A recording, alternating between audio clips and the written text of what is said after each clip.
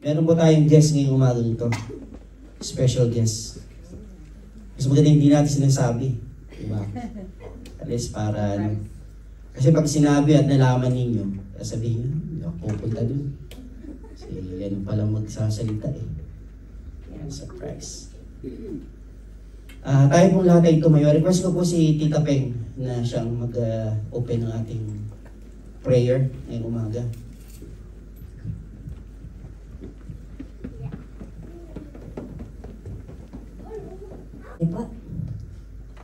Let's pray. Father God, we thank you for today, Lord. Lord, thank you for waking us up to come here in your place to give you our praises and worship, Lord Jesus. Lord, we pray that you're gonna clean our heart, our mind, and everything in us, Lord Jesus. Remove the things that would hinder us to give our 100% worship on you, Lord Jesus. Lord, we pray that you're gonna help us for today's devotion and the worship, Lord Jesus. Help us to understand your word, Lord Jesus, and be the King of our heart, Lord Jesus. Lord, it is in your word that whoever puts something above you, Lord, is not worthy of you, Lord Jesus. Lord, help us to give you our number one priority, Lord Jesus, in life, Lord Jesus. Lord, we pray that you give us the spirit of wisdom to understand your word and we can apply it in our daily life, Lord Jesus. Thank you, Lord. And Lord, help us for our day. Make this day a fruitful day for us, Lord Jesus, and for you, Lord Jesus. Thank you, Lord. We ask you in Jesus' name we pray. Amen. Amen. Ready na po ba kayo na malaman yung ating special guest ngayong umaga? Si Paen! Nakikita ko na, nakatayo na. Okay, tawagin ko na po si Ate Luti. Ayan, amen. Layo ng tingin natin, nasa likod na. Pasarap naman pala. Good morning, everyone. It's another beautiful day, amen? Okay. Okay, before we start, let's pray again. Okay. Again. Okay. Kinakabahan ako eh. I don't know why. But let's pray. Our Heavenly Father, we thank you that each and every one of us here are be able to come here safe, Lord. Salamat po. Salamat po, napakabuti mo po sa amin. Panginoon, hiniling ko po na tulungan mo po ako na ma-lead ko po ang mga anak mo sa devotion. At I pray, Lord, that bukas mo po ang aming puso at isipan upang amin pong maunawaan ang gusto mong maunawaan namin at mapag-aralan namin na salita mo. Salamat po, Panginoon. Help me to lead them with courage and wisdom from you, Lord. Lagay mo po ang mga tamang salita sa aking bibig upang hindi po ako magkamali. At ikaw po ang aming madinig, Lord. Ang salita mo ang madinig namin. Salamat po, Panginoon. Use me to glorify you. In Jesus' name, Amen. Amen. Alright. Last Friday, nung you all understand Tagalog here. Right, Ivy? Last Friday, nung nag-aaral tayo, I have a different topic that time. But then, as you study more and more, the Lord give you the right topic. At saka kasi nadaanan natin yung topic na yun noong nag-aral tayo nung Friday. So, ang topic natin ngayon ay Learning God's Language and Let's Live It. Alright? may background tayo.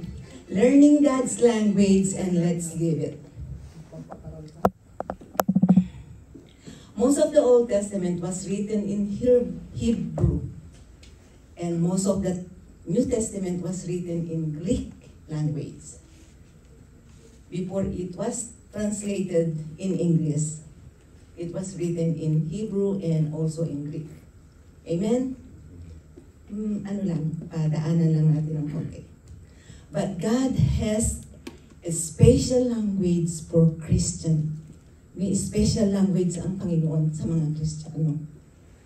So if you have your Bible, please open your Bible and let us read Ephesians 4, verses 26 to 32. Ilagay ko na lang dito kasi sinulat ko na. Ephesians 4, kung wala po kayong Bible, isulat niyo po para pagdating sa bahay, pagbulay-bulayan ulit natin, daanan ulit natin, basahin natin. Kung if you have it now and ready, let's read it. Ephesians 4, verse 26 to 32. Let's read it. In your anger, do not sin. Do not let the sun go down while you are still angry. And do not leave the devil a foothold. He who has been stealing must steal no longer, but must work doing something useful with his own hands, that he may have something to share with those in need. Do not let any unwholesome talk comes out of your mouths. Hindi mouths. So, ibig sabihin sa lahat tayo. But only what is helpful for building others up according to their needs. This may benefits those least who listen. And do not, verse 30, do not grieve the Holy Spirit of God, with whom you were sealed for the day of redemption. Get rid of all bitterness, rage, anger, brawling, and slander, along with every form of malice. Be kind and compassionate to one another, forgiving each other, just as Christ forgave you. Amen? In Tagalog po, babasahin ko sa Tagalog para maging lalong maintindihan natin. Ito po yung mga salita na dapat nating matutuhan as a Christian. Ang 26, kung magagalit man kayo, iwasan ninyong kayo'y magkasala. Agad ninyong pawiin sa kalooban ang galit. Verse 27, huwag ninyong bigyan ng pagkakataon ang diablo. Don't give a foothold for the devil. 28, ang magnanakaw ay huwag nang magnakaw. Sa halip, magtrabaho siya at gamitin ang kanyang kamay sa anumang gawaing marangal upang may maitulong sa mga nangangailangan. Yung palang pinagtatrabuhan natin, hindi lang para sa atin. Kailangan i-share din natin doon sa mga nangangailangan. Maliwanag po yun mga nangangailangan. Hindi mga namamanatala. Amen? Amen. Parang may hugot yun. Huwag kayong gumamit ng masamang pananalita. Sikapin lagi na ang pangungusap ninyo'y yaong makabubuti at angkop sa pagkakataon upang pakinabangan ng makaririnig. Ulitin ko po, huwag kayong gumamit ng masamang pananalita. Sikapin lagi na ang pangungusap ninyo yaong makabubuti at angkop sa pagkakataon upang pakinabangan ng makakarinig. Verse 30, at huwag ninyong dulutan ng paghati ang Espiritu Santo, sapagkat ito ang tatak ng Diyos sa inyo, ang katibayan ng inyong tubusan pagdating ng takdang araw. That is the seal of our redemption.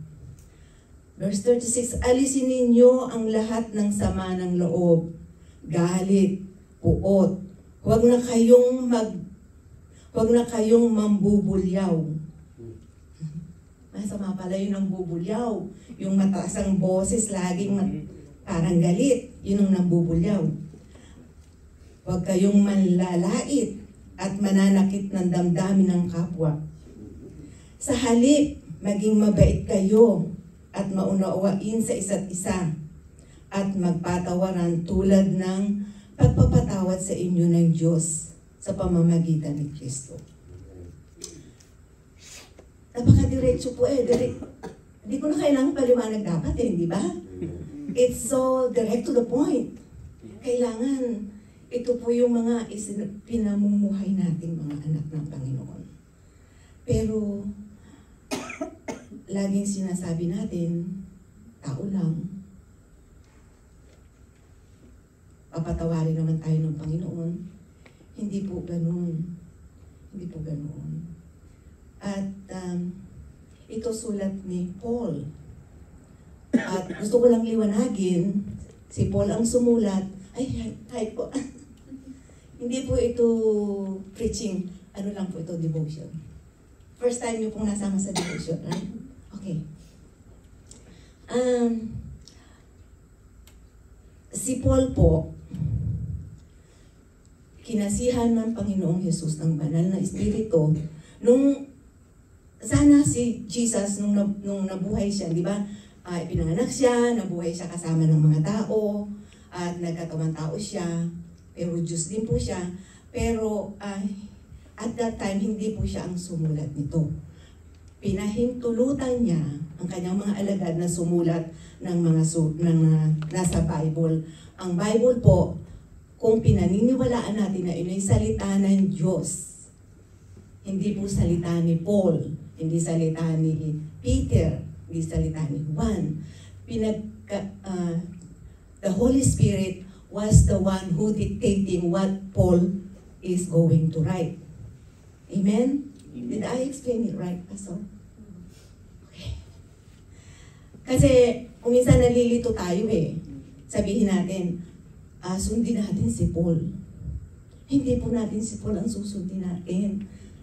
Ang Panginoon po ang susundin natin kasi ito salita ng Panginoon, hindi po salita ni Paul. Ginamit lang si Paul na sumulat. Amen? So, ang sabi po sa una na inuutos sa atin, kung magagalit tayo, pwede tayong magalit. Kasi kung nakakagalit yung ginawa, di ba?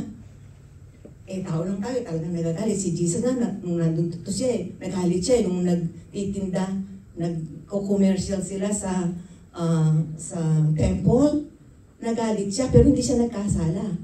Inano na lang niya, i-rebuke nila ni Jesus yung mga ginagawa na kamalian. So, ganun din po tayo. Pwede tayong magalit, pero huwag tayong magkakasala. Yun po ang utos sa atin na mga Kristiyano. Sa atin na sinasabi natin na tayo'y anak ng Panginoon. Anak tayo ng Panginoon. Pwede tayong magalit, huwag tayong magkasala. At yung pong sumunod, ang sabi, huwag ninyong bigyan ng pagkakataon ang dyablo. Kasi, pag nagalit tayo, ano po unang lumalabas sa bibig natin? Hindi po ba masama? Yung galit na galit ka hindi mo na alam palang bibig mo nagsasalita na ng masama dahil sa galit. Yun po, binigyan na natin, nagalit tayo, binigyan na natin ng pagkakataon na nadiktahan tayo ng mga lalabas sa bibig natin. Merong isang salita na salita ng mga Pilipino. Yung pong salitang buwisit. Sometimes we're guilty. I'm guilty sometimes. Pag ako inis na inis, yun ang pinakamasama kong nasasabi, na buwisit. Masama po yun. Kasi, yun po Islam kasi tayo mga Pilipino, nadinig natin sinalita ng kano. Nasa Pilipinas pa yung mga kano, panahon ng Hapon, nung pinaalis ang Hapon, dumating ang kano. Is that right? That's how it... So, nadinig ng mga Pilipino, sinabi ng kano, sasabihin ko kasi paano kung may isa papaliwanag sa inyo. Ano ko sabihin? Sinabi ng kano, BS. Okay. Ang dinig ng mga Pilipino, visit. So ngayon, ginagamit natin yung salitang visit. Pero yun po ay BS. Kung hindi nyo pa naintindihan yung BS, mamaya po tanongin na lang. O tanongin nyo yung nakakaintindi. Pero masama po yun. Hindi po gusto ng Panginoon yun na lumalabas sa ating bibig. Sa ating bibig na sinasabi natin na tayo yung mga Kristiyano. At yung mga magnanakaw, huwag nang magnakaw, ang sabi. At huwag nang sa halip magtrabaho at gamitin yung kanyang mga kamay sa anumang gawaing marangal upang may maitulong sa mga nangangailangan. Yun po utos sa atin din ng Panginoon. Hindi po yung pagnanakaw, yung pera lang, hindi po yun. Marami pong bagay na tayo ninanakaw. Ninanakaw natin sa Panginoon. Ninanakaw natin sa ating kapwa. Ninanakaw na yung inuna natin. Ninanakaw yung asawa ng may asawa. Marami pong ganyan. Kaya mag-iingat po kayo, babae at lalaki man, magnanakaw ng asawa ng may asawa. Kaya mag-iingat po kayo. Lagi nyo pong ipapanalangin yung mga asawa nyo, yung mga spouse. Hindi na naman kasali si Nanay Biring at saka si extended. Pero po, totoo po yan. Wala namang nanakaw. Wala namang nanakaw. Wala namang mananakaw kay Nanay. Pero Nanay, huwag kang magnanakaw. Sorry, Nanay. Biro lang po. Biro. So anyway, marami pong bagay ang ninanakaw natin. Ninanakaw natin yung time natin sa Panginoon. Sa halip na tayo ay magbasa ng Biblia, ay nagbabasa tayo ng Facebook. Mga chismis sa Facebook. Amen? O nagbabasa tayo ng mga bagay na hindi dapat yun ang binabasa natin. At sa halip na yung ating isip at puso, alam niyo po ba, magtataka kayo eh. Sometimes si pastor nasa taas, ako nasa baba. Yung puso ko umaawit ng awit para sa Panginoon. Biglang bababa si pastor, sabi niya, nadinig niya ako. Sabi niya, naawit mo yan? Inaawit din ang puso ko yun eh. Yung isip niya, tsaka yung puso, nagtutugma. Bigla na lang magugulat po kami. O kaya kung minsan, magugulat na lang yung puso mo at saka yung isip mo. Nagpupuri pa rin sa Panginoon. Pero sometimes, lalo na mga kabataan, ang inaawit nyo yung mga awit ng sanlibutan. Yun, pagnanakaw din yun. Pagnanakaw sa time nyo para sa Panginoon. Kaya mag-iingat tayo. At ang sabi din, huwag kayong gumamit ng masasamang pananalita. Sikapin lagi na ang pangungusap ninyo ay yung makabubuti at angkop sa pagkakataon upang pakinabangan ng makakarinig. In English, let me read it so Irie will understand it. Do not let any unwholesome talk come out of your mouth, especially if you use your mouth to praise God. But only what is helpful for building others up according to their needs, that it may benefit those who listen. Kailangan po sikapin natin na, thank you Jasmine, sikapin natin na yung mga lumalabas sa bibig natin. Pag may nakadinig, hindi po matitisod, hindi madidismaya, kundi lumakas pa, lalo na sa kanyang pananampalataya sa Panginoon. Iyon po ay hindi ako nag-uutos, inuutos po ng Panginoon. So lahat, always, do you remember sometimes, minsan, may umpo ka, nakapagsalita ka ng hindi pala karapat-dapat na sinabi mo. Pagdating mo sa bahay, sisisihin mo yung sarili mo. Bakit ba na bukas-bukas ko pa yung bunganga ko? Hindi po ba? Yun, madalas po kung minsan nangyayari sa akin yun. Kung minsan sabi ko, buti na lang, hindi na lang ako kumibo. Bakit ba nakapagsalita pa ako? Baka kasi nakasakit ng kalooban ng isa. O baka kaya naka-encourage na magsalita din ng masama yung nakarinig. Kaya kailangan sikapin po natin Sikapin natin na huwag makapagsalita ng hindi nakakabuti sa mga nakakarinig. Amen? At yung pong verse 30, huwag ninyong dulutan ng pighati ang Espiritu Santo, sapagkat ito ang tatak ng Diyos sa inyo, ang katibayan ng inyong katubusan pagdating ng takdang araw. Alin po ang sinasabing takdang araw? When our voyage, when our trip in this earth is done, yung takdang araw, yung tatak natin ay yung sealed natin. Do not grieve the Holy Spirit of God, with whom we were sealed for the day of redemption.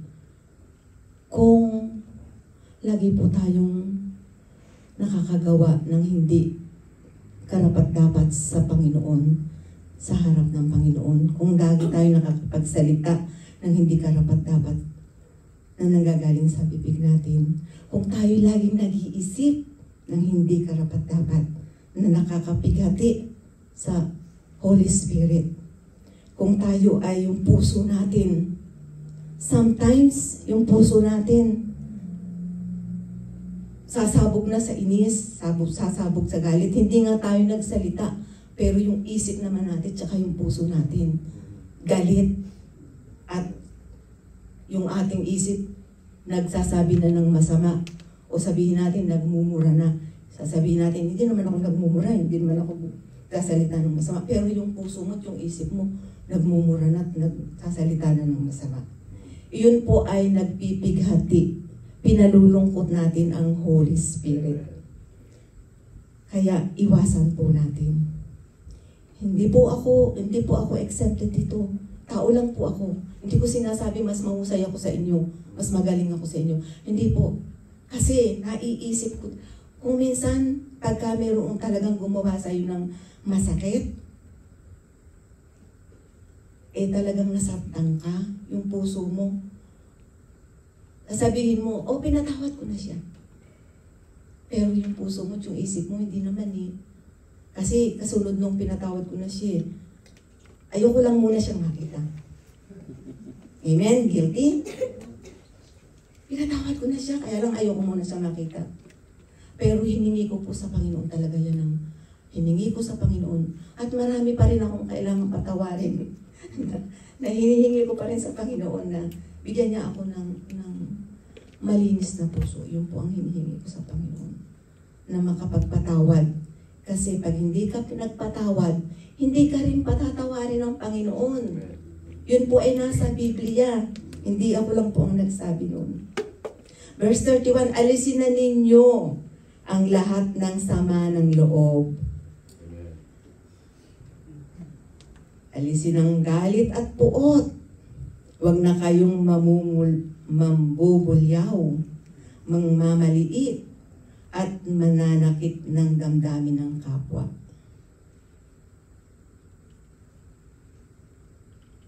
Yun nga siguro kaya hindi tayo makapagpatawad kasi masama pa yung loob natin. Ang sabi, alisin na. Alisin na lahat yung sama ng loob. Kasi, life is too short. Kung sasayangin mo yung panahon mo, yung natitira mong buhay dito sa lupa, na lagi kang may sama ng loob, lagi kang inis, lagi kang galit, lagi kang puot, lagi kang namumulyaw, magsalita ka, laging mataas yung tono. Hindi ka naman kumakanta, pero yung tono ng salita, taas. So, alisin daw po natin yun. Alisin natin yung mananakit ng... Kasi, pag nagsalita ka ng mataas, nakakasakit ng damdamin nung pinagsalitaan, di ba? Di ba na? Andali lang po.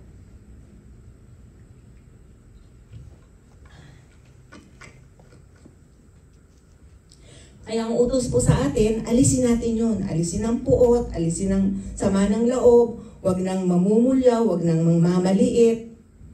Ayan po, isang kung minsan, nakakita lang tayo ng namamalimos sa sa daan, nakahusga na tayo, nakapangmaliit na tayo. Sabihin natin, guilty din po ako niyan kung minsan ayokong magbigay kasi kita ko malakas naman siya, mas malakas pa siya sa akin. Parang kulong. Hindi na nga nagbigay ng maliit pa. So, iwasan daw po natin yan, alisin na natin. At kasi nakakasakit ng damdamin. In verse 32, sa halip maging mabait kayo. Napakahirap. Gusto kong bumait pero di ko naman magawa. Oh, di ba? Guilty lahat tayo. May pagkakataon na gusto natin bumait.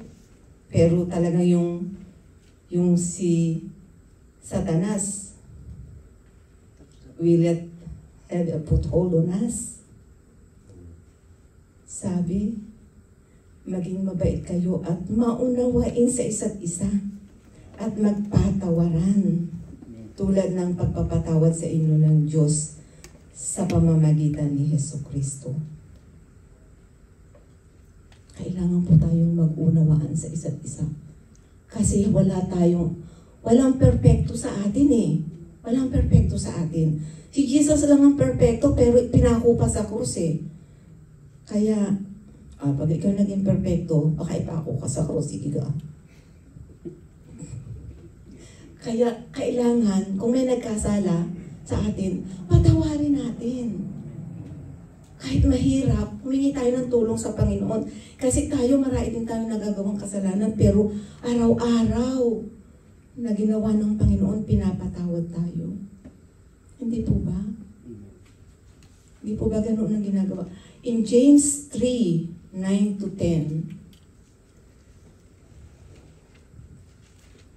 tandaan po natin yung mga sinabi na huwag natin gawin at gawin natin na magpatawaran, na huwag nang magiging always mad. O, with the tongue we praise our Lord and Father, and with it we curse men who have been made in God's likeness. And verse 10, out of the same mouth come praise and cursing. My brothers, this should not be. Napakaliwanag po ng salita ng Panginoon. Yung dila natin na ginagamit natin sa pagpupuri sa Kanya, nakataas ang kamay natin, at minsan naiiyak pa tayo. Kung the same tongue, ginagamit din natin sa pagka-curse ng tao. Pag nagalit tayo, ang unang lalabas sa atin yung masamang salita. Hindi po yun nakakalugod sa Panginoon. Imagine niyo po yung pinagsalitaan niyo ng masama. Ang Panginoon ang gumawa nun sa likeness niya. Ang sabi sa Tagalog, ito ang ginagamit natin sa pagpupuri sa ating Panginoon at Ama. At ito rin ang ginagamit natin sa pag-alimura sa tao na nilalang na kalarawan ng Diyos. Nilalang ng Diyos yun na in His image. Tapos, kung mapagsalitaan natin, parang kung sino tayo.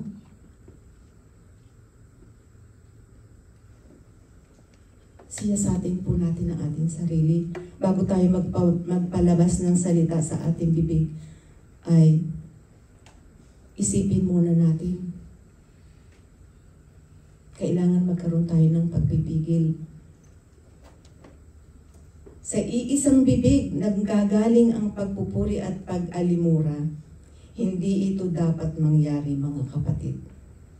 Ito po ang sabi. Sa iisang bibig, sa linggo, sumasamba ka sa Panginoon, nagpe-praise ka sa Kanya, nagpupuri ka sa Kanya. Paglabas pa lang ng simbahan, nagmumura na. Meron po akong kakilala. Yung auntie ko, wala na siya, namatay na siya. Catholic po sila. Yung manugang niya, sabi nung auntie ko, pagkalabas daw nila ng simbahan, pareho po silang Catholic, galing sila sa simbahan ng Catholic. Hindi pa sila nakakasakay sa sasakyan, nagmumura na po yung manugang niya. Sabi ko, ano po ba nadinig na sinabi nung sa loob ng simbahan? Sabi niya, hala namang ganun eh. Kung bakit, yun po ay kasi natural sa tao pag nagalit. Kung minsan may nagdaan lang na hindi nakita yung itsura, nagmura na. Nang maliit na, nang husga na. Iwasan po natin yun. Iwasan natin. As a children of God, anak ng Panginoon, anak ng Diyos, sinasabi natin na anak tayo ng Panginoon, yun po ay iwasan natin. Ang sabi po ay, yung pinagpupuri natin at pinagnagdila na bibig at pinang-aalimura natin ay hindi dapat nangyayari sa mga anak ng Diyos. Amen? Bilang isang pastor, isang nagtuturo, isang leader sa church, isang leader sa kanyang gawain, ginagamit ng Panginoon sa kanyang gawain, bilang isang Kristiyano, sana ay huwag nating makalimutan ng ating bibig at mga salita na lalabas dito ay dapat hindi mapighati ang Holy Spirit. Sana po ay matandaan po natin na lahat ng lalabas sa ating bibig ay hindi mag-grieve ang Holy Spirit. Be very careful. Mag-ingat po tayong lahat. Let's guard our hearts. Kasi nag-uumpisa sa heart yan eh. Kung ano yung laman ng puso mo, yun ang lalabas sa bibig mo eh. At yun din ang laman ng isipan mo. So let's guard our hearts, our mind, and especially our mouth. Guardan po natin.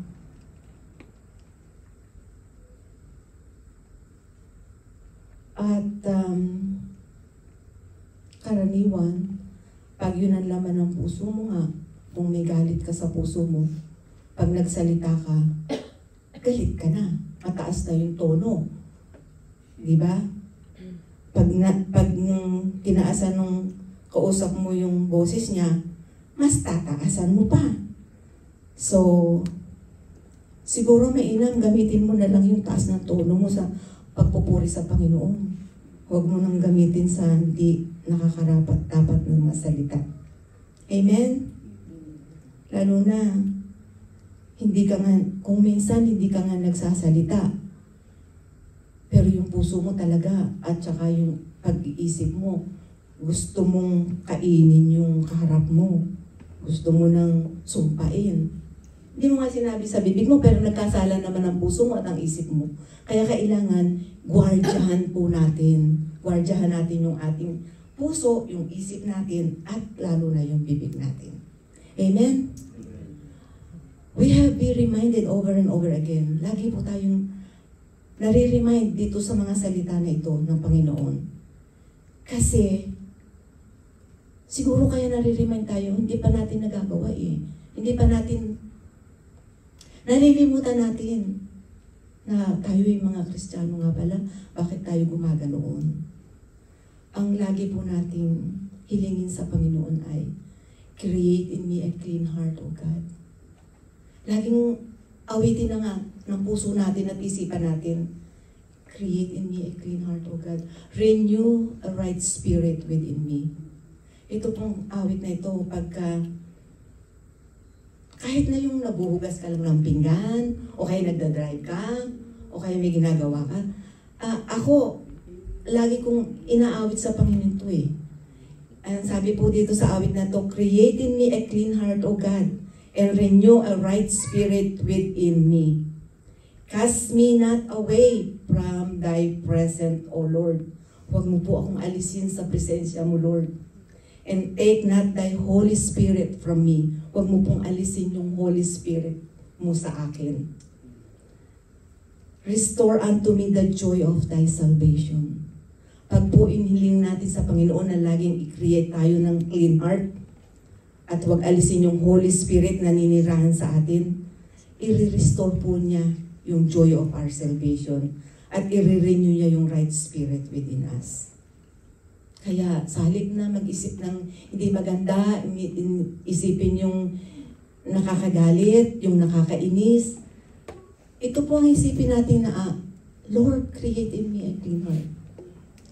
Meron pong isa pang Tagalog na kaawitin ng mother ko. Yung mother ko talaga, this is one of her favorite song. Pusong dalisay ang aking nais. Nalikhain mo, Diyos, para sa akin. Yun po ang dapat nating hilingin sa Panginoon. Pusong dalisay ang aking nais. Nalikhain mo, O Diyos, para sa akin. So, last verse, Psalms 139, verse 23. Search me, O Lord, and know my heart, and know my thoughts, and see if there is any wicked ways in me, and lead me in the way everlasting. Lagi po natin search sa Panginoon yung puso natin. Kasi yung puso natin at pag-iisip natin makasalanan. So, lagi po natin hilingin sa Panginoon. Create in us a clean heart and then search lagi yung puso natin. At itama tayo ng Panginoon. Hindi po natin kayang itama yung mga taong nasa paligid natin, lalo na ang asawa natin. Hindi po tayong magtatama, kundi ang Panginoon ang magtatama sa kanila. At ang Panginoon din ang mag-create ng clean heart sa kanila. Kaya ipanalangin po natin sila. Amen? Amen. So,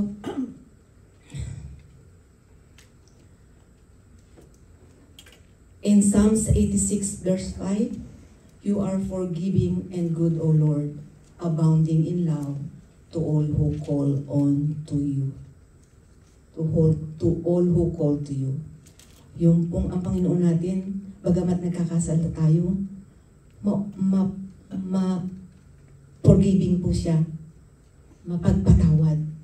At tayo ay, kung tatawag sa Kanya, hihingi ng kapatawaran, patatawarin po tayo niya. At kung tayo ay hindi nagpapatawad, hindi rin tayo nagpatawarin. Kaya yung nagkasala sa atin, kailangan patawarin natin. At ang tandaan po natin, yung bibig na ating ginagamit sa pagpupuri sa Panginoon ay huwag po natin gagamitin din sa pag-alimura. Huwag natin gagamitin sa masasamang salita. Sa paglait sa kapwa. Sa paghuhusga sa kapwa. Huwag po natin gagamitin. Huwag yung mga salitang hindi nakakalugod at nagpipighati sa banal na espiritu o huwag pong lumabas sa ating bibig. At hilingin po natin sa Panginoon na lalo na kung tayo ay every Sunday. Minsan every Sunday na nga lang eh. Yung araw-araw na nasa labas tayo ng church, hindi na nakalugod.